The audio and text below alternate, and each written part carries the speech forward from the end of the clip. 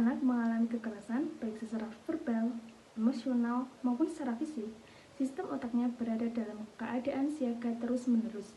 Sistem sarafnya juga berfokus pada bertahan, bukan belajar. Dan dalam jangka panjang ini bisa membuat sistem otak yang mana mengatur fokus, perencanaan, dan kontrol diri bisa bekerja secara tidak optimal. Pada beberapa anak, ini termasuk gejala pada ADHD ringan, yang mana anak tersebut itu sulit untuk tenang, sulit untuk mempertahankan perhatian, dan mudah terdistraksi. Namun, bukan berarti anak tersebut itu nakal, karena anak tersebut itu sudah terbiasa dengan keadaan yang mana tidak nyaman.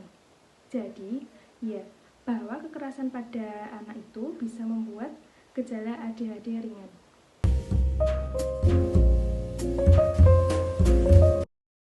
Tentu saja bisa, karena gejala ADHD yang dipicu oleh kekerasan orang tua itu akan bisa sembuh atau pulih.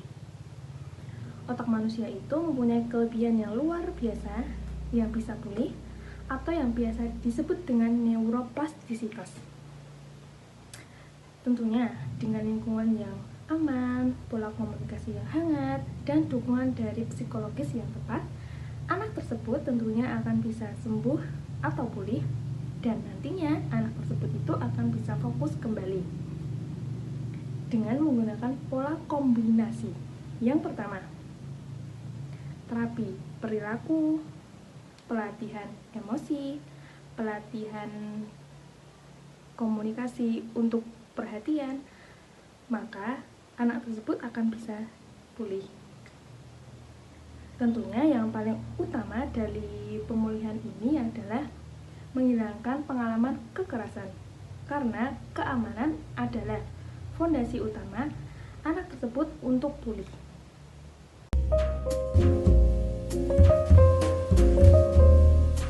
Ketika anak dalam keadaan yang ketakutan, tentu belajar itu pasti tidak akan nyaman.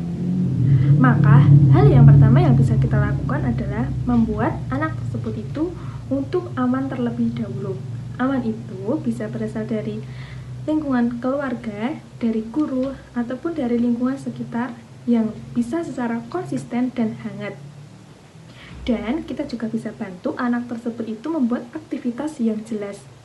Aktivitas ini bisa berupa ruang belajar yang nyaman, aktivitas yang menyenangkan, dan waktu tidur yang teratur. Dan kita juga bisa buat aktivitas yaitu membuat permainan yang sederhana yang berfokus pada perhatian. Maka perlahan-lahan anak tersebut akan bisa merasa aman.